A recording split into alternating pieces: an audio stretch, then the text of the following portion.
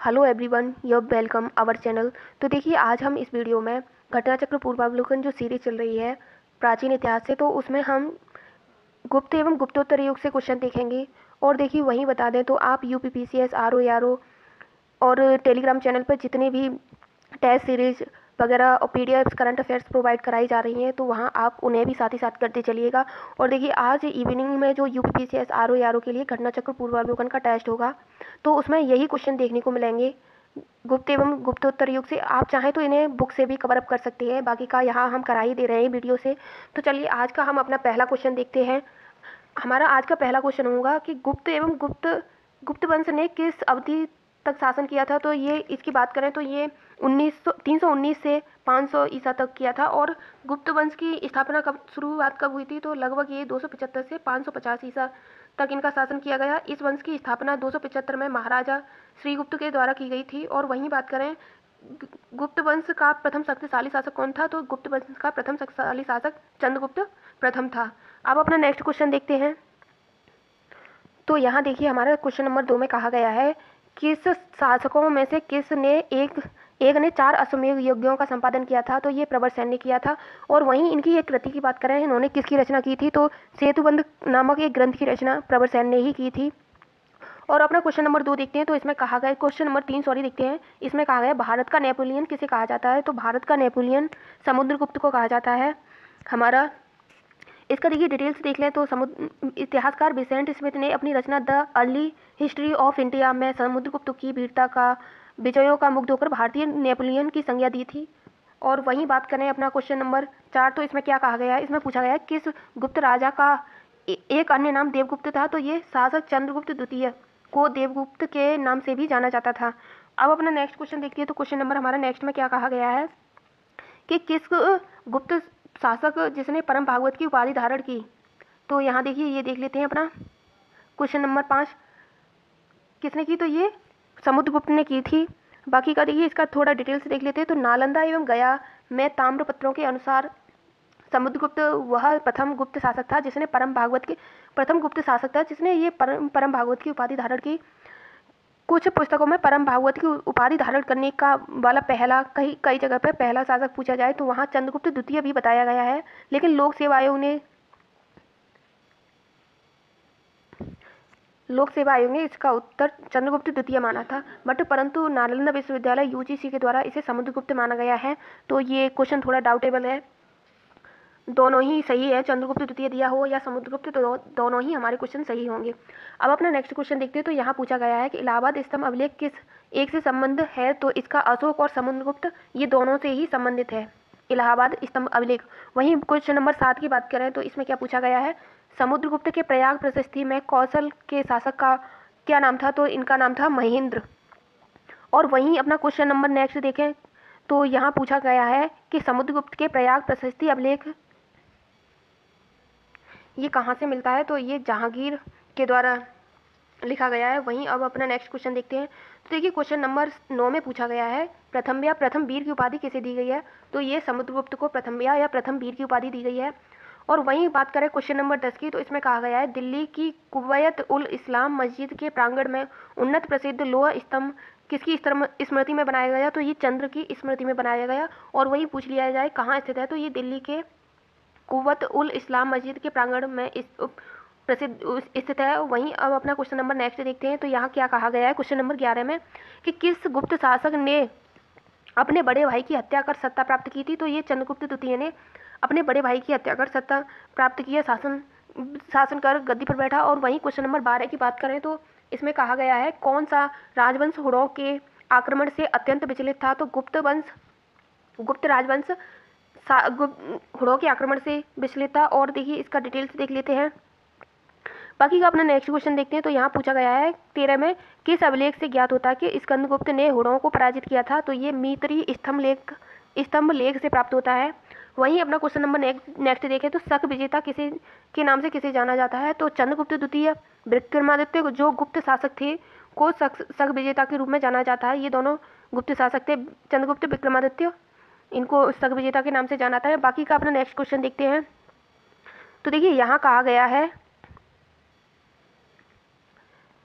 यहाँ पूछा गया है कि प्रसिद्ध चीनी लेखक फाहियान ने किसके शासनकाल में भारत की यात्रा की थी? तो ये चंद्रगुप्त द्वितीय के शासनकाल में किया था, जो कि 375 से 415 ईस्वी के बीच था फाहियान जब भारत आया। वहीं क्वेश्चन नंबर अपना 17 देखें तो इसमें क्या कहा गया है? इसमें पूछा गया है कि कौन सा अभिलेख विश्व में प्रथम विज्ञापन के तौर पर जाना जाता है? तो दसपुर अभिलेख को प्रथम विज्ञापन के तौर पर जाना जाता है। वहीं बात करें क्वेश्चन नंबर 18 की, तो यहाँ पूछा गया है कि मंदसौर प्रशस्ति किस शासक की उपलब्धियों का विवरण प्रस्तुत करता है? तो ये कुमारगुप्त प्रथम की मंदसौर उपलब्धियों का विवरण प्रस्तुत करता है। वहीं अब अपना नेक्स्ट क्वेश्चन देखें तो यहाँ पूछा गया है क्वेश्चन नंबर 19 में कि रेशम बुनकरों की श्रेणी की जानकारी किस शिलालेख से प्राप्त की गई है? तो ये दशकुमार शिलालेख से रेशम बुनकरों की जानकारी प्राप्त की गई है। वहीं बात करें क्वेश्चन नंबर 20 की, तो इसमें पूछा गया है ईसा की 3री शताब्दी से जबकि हुड़ आक्रमण से रोमन साम्राज्य समाप्त हो गया, भारतीय व्यापारिक आधिकारिक निर्भर हो गए, तो इसका दक्षिण पूर्व एशियाई व्यापार पर इसका प्रभाव पड़ा। ये इसका राइट आंसर है। वहीं बात करें क्वेश्चन नंबर 21 की, तो इसमें कहा गया है कि गुप्त काल में उत्तर भारतीय व्यापार किस एक पतन से संचालित थे? तो ये ताम्रलिपि से संचालित थे।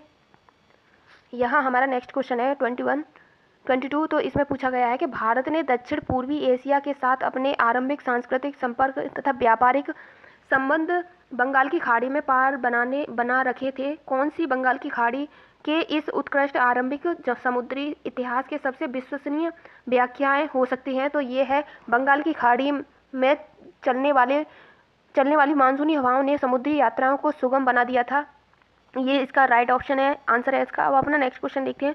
तो देखिए यहाँ पूछा गया है कि गुप्त काल में गुजरात, बंगाल, दक्कन एवं तमिल राष्ट्र में स्थित एक केंद्र किससे संबंधित थे? तो ये वस्त्र उत्पादन से संबंधित थे ये सभी केंद्र, जैसे कि गुजरात, बंगाल, दक्कन एवं तमिल राष्ट्र के ये सभी केंद्र वस्त्र उद्योग से संबंधित थे। वहीं क्वेश्चन नंबर 24 की बात करें तो यहाँ पूछा गया है कि विशाखा दत्त के प्राचीन भारतीय नाटक मुद्रा राक्षस की विषय वस्तु क्या थी? तो इसकी चंद्रगुप्त मौर्य के समय में राज दरबार में जो दुरावी संधियाँ हुई थी उनके बारे में कहा गया था। अब अपना क्वेश्चन नंबर 25 देखते हैं। इसमें क्या कहा गया है? इसमें पूछा गया है कि प्राचीन काल में किस वर्ण को सातवाहक भी कहा जाता था? तो ये वैश्य वंश को सातवाहक भी कहा जाता था प्राचीन काल में। अब अपना नेक्स्ट क्वेश्चन देखते हैं। तो यहाँ पूछा गया है कि कौन गुप्त काल में अपनी आयुर्विज्ञान विषयक रचना के लिए जाना जाता है? तो ये सुश्रुत को शल्य चिकित्सा के लिए जाना जाता है और वे काशी में रहते थे। और इनको पूछ लिया जाए कहाँ रहते थे, तो ये काशी में रहते थे। और वहीं बात करें क्वेश्चन नंबर 27 की, तो किसका प्राचीन भारत के आयुर्वेद शास्त्र से संबंध नहीं है? तो वहाँ पे क्वेश्चन में नहीं पूछा गया था, तो इनमें भास्कराचार्य का संबंध नहीं है। वहीं बात करें क्वेश्चन नंबर 28 की, तो इसमें पूछा गया है लीलावती के लेखक कौन थे? लीलावती की रचना प्रसिद्ध भारतीय गणितज्ञ और खगोल शास्त्री भास्कराचार्य ने की थी। अब अपना नेक्स्ट क्वेश्चन देखते हैं। तो देखिए यहाँ पूछा गया है भारतीय यात्रा में फाहियान ने एक अस्पताल का उल्लेख किया है, वह कहाँ स्थित था? तो ये पाटलिपुत्र में स्थित था, जिसमें अस्पताल का जिक्र फाहियान ने किया है। वहीं क्वेश्चन नंबर 30 देखते हैं। तो इसमें पूछा गया चंद्रगुप्त के 9 रत्नों में से कौन फलित ज्योतिष से संबंधित थे? तो ये क्षणपक फलित ज्योतिष से संबंधित थे। वहीं बात करें क्वेश्चन नंबर 31, तो इसमें कहा गया है किसने पहली बार यह व्याख्या की थी कि पृथ्वी के अंदर धुरी पर घूमने के कारण प्रतिदिन सूर्योदय एवं सूर्यास्त होता है? तो ये आर्यभट्ट ने पहली बार इसकी व्याख्या की थी। वहीं अपना क्वेश्चन नंबर 32 देखते हैं। तो इसमें क्या कहा गया है, कौन गुप्तकालीन स्वर्ण मुद्रा है? तो ये दीनार गुप्तकालीन एक स्वर्ण मुद्रा थी। वहीं बात करें गुप्तकालीन रजत मुद्रा, तो ये रूपक गुप्तकालीन रजत मुद्रा थी और दीनार एक सोने की मुद्रा थी। वहीं अब अपना क्वेश्चन नंबर नेक्स्ट देखते हैं 34। इसमें कहा गया है किस गुप्त शासक ने सर्वप्रथम सिक्के जारी किए?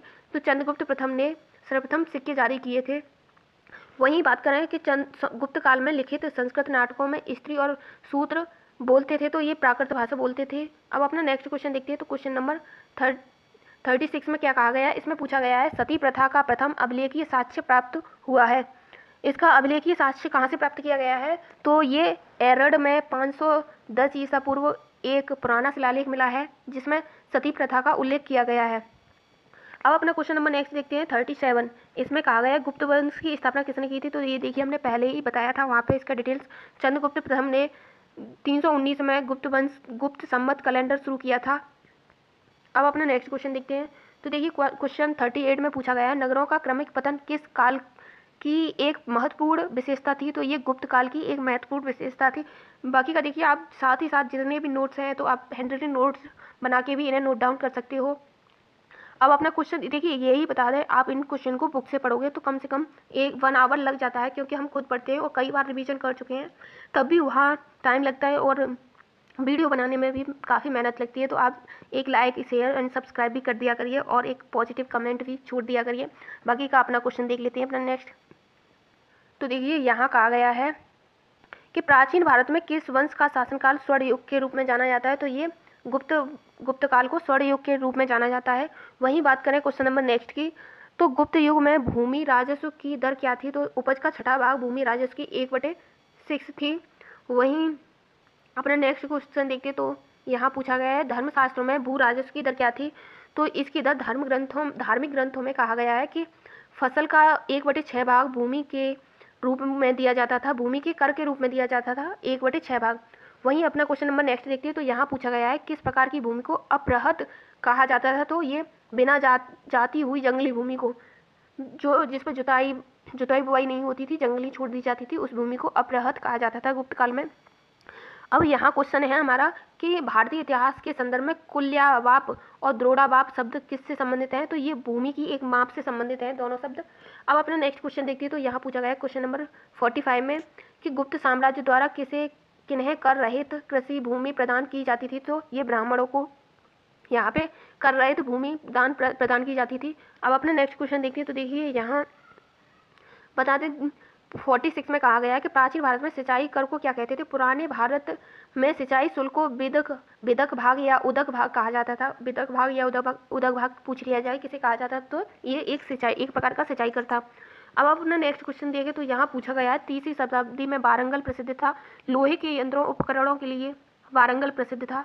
अब अपना क्वेश्चन नंबर नेक्स्ट देखते हैं। तो यहाँ पूछा गया है 48 में प्राचीन भारतीय गुप्त राजवंश के संदर्भ में नगर घंटासाला, कदूरा तथा चोल किस लिए प्रसिद्ध था? तो ये विदेशी व्यापार करने वाले बंदरगाहों के लिए से संबंधित था।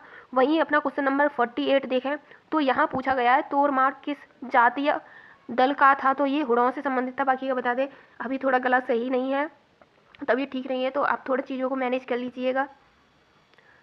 अब अपना नेक्स्ट क्वेश्चन देखते हैं। तो यहाँ पूछा गया है कि किस हुड़ शासक मिहिर कुल को पराजित किया था? तो ये यशोवर्मन ने मिहिर कुल को पराजित किया था।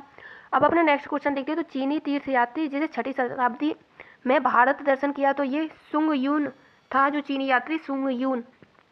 अब अपना नेक्स्ट देखते हैं। तो यहाँ पूछा गया है प्राचीन यात्री सुंग यून ने भारत की यात्रा की थी। तो इसने चीनी यांगुत को 1518 से 1521 ईस्वी तक भारत की यात्रा की थी सुंग यून ने। अब अपना क्वेश्चन नंबर नेक्स्ट देखते हैं। यहाँ कहा जाता है कि शतरंज का उद्भव कहाँ से हुआ उद्भव? तो भारत में शतरंज की शुरुआत गुप्त काल में हुई थी। अगर पूछ लिया जाए शतरंज की शुरुआत किस काल में हुई, तो ये गुप्त काल में हुई। इसे चतुरंग कहा जाता था।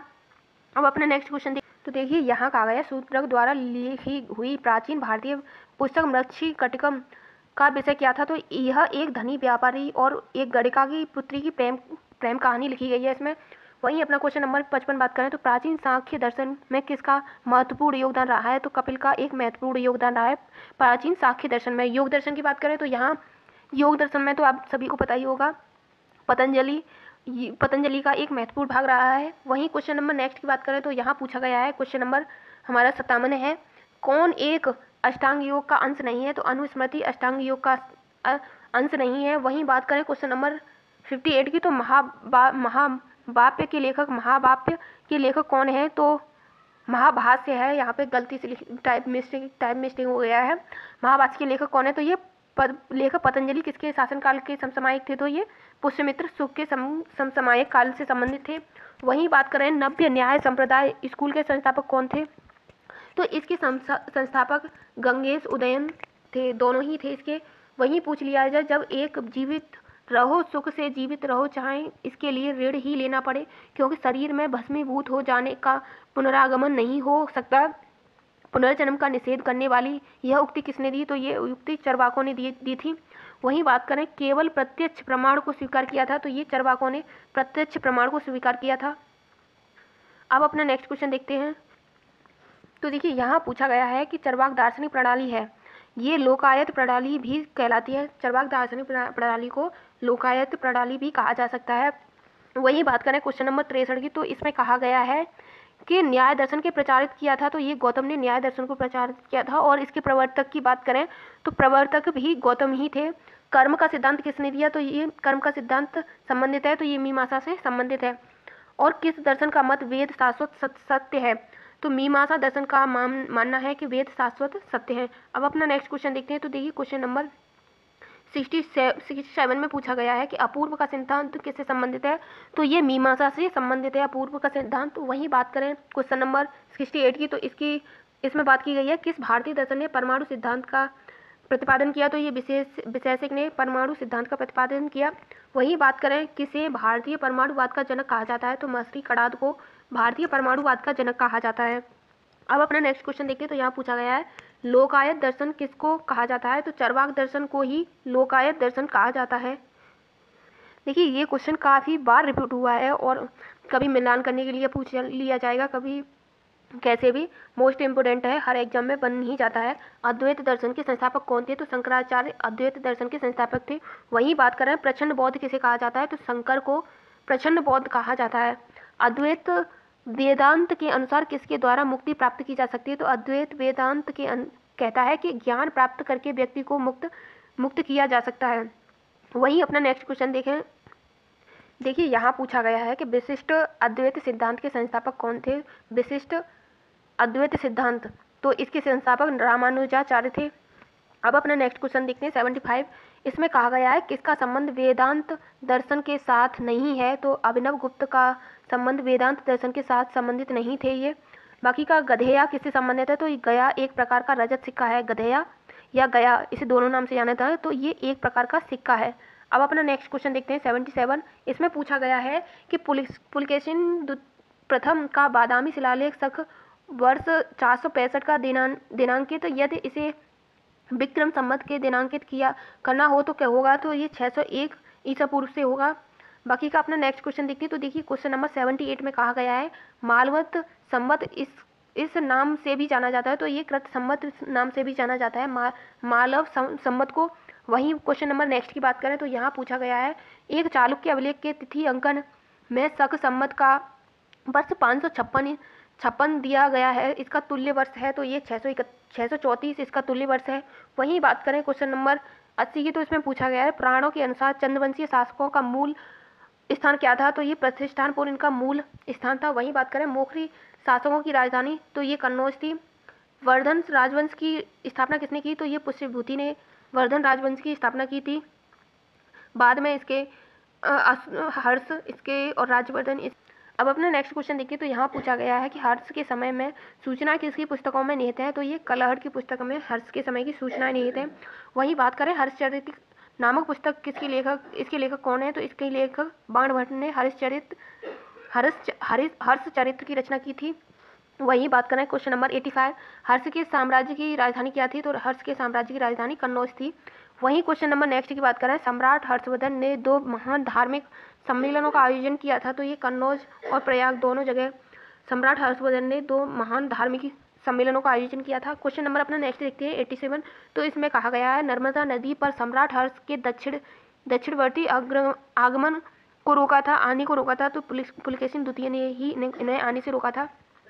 वहीं क्वेश्चन नंबर नेक्स्ट की बात करें तो यहाँ पूछा गया चालुक्य शासक पुलकेशिन की हर्ष पर विजय का वर्ष क्या था, तो 618 इनकी विजय का वर्ष था। वहीं बात करें क्वेश्चन नंबर 89 की, तो इसमें पूछा है वेनसांग किसके शासनकाल में भारत आया, तो ये सम्राट हर्षवर्धन के शासनकाल में भारत आया। वहीं क्वेश्चन नंबर अपना नेक्स्ट देखिए। तो यहाँ पूछा गया है वेनसांग की भारत में यात्रा के समय सूती कपड़ों का उत्पादन का प्रसिद्ध केंद्र कहाँ था, तो ये मथुरा में इनका एक प्रसिद्ध केंद्र था। वहीं बात करें कौशेय शब्द का प्रयोग किसके लिए किया जाता है, तो कौशेय शब्द का प्रयोग गुप्त साम्राज्य के समय में उसके बाद रेशम का वर्णन करने के लिए कौशेय शब्द का प्रयोग किया जाता था। वहीं बात करें चीनी यात्री वेनसांग किस विश्वविद्यालय में अध्ययन करने आया था, तो ये नालंदा विश्वविद्यालय में वेनसांग अध्ययन करने आया। और वहीं बता दें हम अपना नेक्स्ट क्वेश्चन देखते हैं। तो आज भी भारत में वेनसांग को याद किया जाता है, उनका मुख्य याद करने का किसका हुआ है कि स्यू की रचना वेनसांग ने की थी। वहीं अपना नेक्स्ट क्वेश्चन देख, यहाँ क्वेश्चन नंबर नेक्स्ट देखते हैं। तो यहाँ क्या कहा गया है इसमें कि चीनी यात्री जिसने भीनमाल की यात्रा की थी, तो भीनमाल की यात्रा वेनसांग ने की थी। अब अपना नेक्स्ट क्वेश्चन देखते हैं। तो क्वेश्चन नंबर 85 में कहा गया है कौन सा उपवाक्य उत्तर हर्षकालीन खेतों में प्राय उल्लिखित हुंडी हुंडी के स्वरूप की परिभाषा बताता है। तो ये विनिमय पत्र हुंडी के विषय की परिभाषा बताता है। वहीं अपना क्वेश्चन नंबर 96 देखते हैं। तो चीनी लेखक भारत का उल्लेख किस नाम से करते हैं। तो यिंतु नाम से चीनी लेखकों ने भारत का उल्लेख किया है। नालंदा विश्वविद्यालय का विनाश का कारण क्या था। तो ये इसका विनाश का कारण मुसलमान थे। वहीं अब अपना नेक्स्ट क्वेश्चन देखते हैं। तो देखिए क्वेश्चन नंबर नेक्स्ट में पूछा गया है कि भारत में सबसे प्राचीन बिहार कौन सा है। तो सबसे प्राचीन बिहार की बात करें तो नालंदा बिहार में स्थित है। सबसे पुराना मठ है वही। अब वो क्वेश्चन नंबर अपना 99 देखते हैं। ये गुप्तोत्तर युग में प्रमुख व्यापारिक केंद्र था। तो गुप्तोत्तर युग में सबसे व्यापारिक केंद्र प्रमुख था जो कन्नौज था, और जो कि हर्षवर्धन की राजधानी है। वहीं क्वेश्चन नंबर अपना आज का लास्ट देखते हैं। यहाँ पे क्वेश्चन नंबर 100, तो कौन सा चार धाम से संबंधित नहीं है। तो चार धाम से मानसरोवर संबंधित नहीं है। बाकी का आगे के क्वेश्चन अब नेक्स्ट वीडियो में देखेंगे। और आज हमारा गुप्त और गुप्तोत्तर टॉपिक था। सारे क्वेश्चन हमने देख लिए हैं, मोस्ट इंपॉर्टेंट जो घटना चक्र पूर्वावलोकन में दिए हैं। तो आप साथ ही साथ इनका रिवीजन कर लीजिए। बाकी का आगे के क्वेश्चन आपको नेक्स्ट वीडियो में मिलेंगे, और ये टारगेट आप डेली का डेली कवर अप करते रहिए। Thanks for watching this video.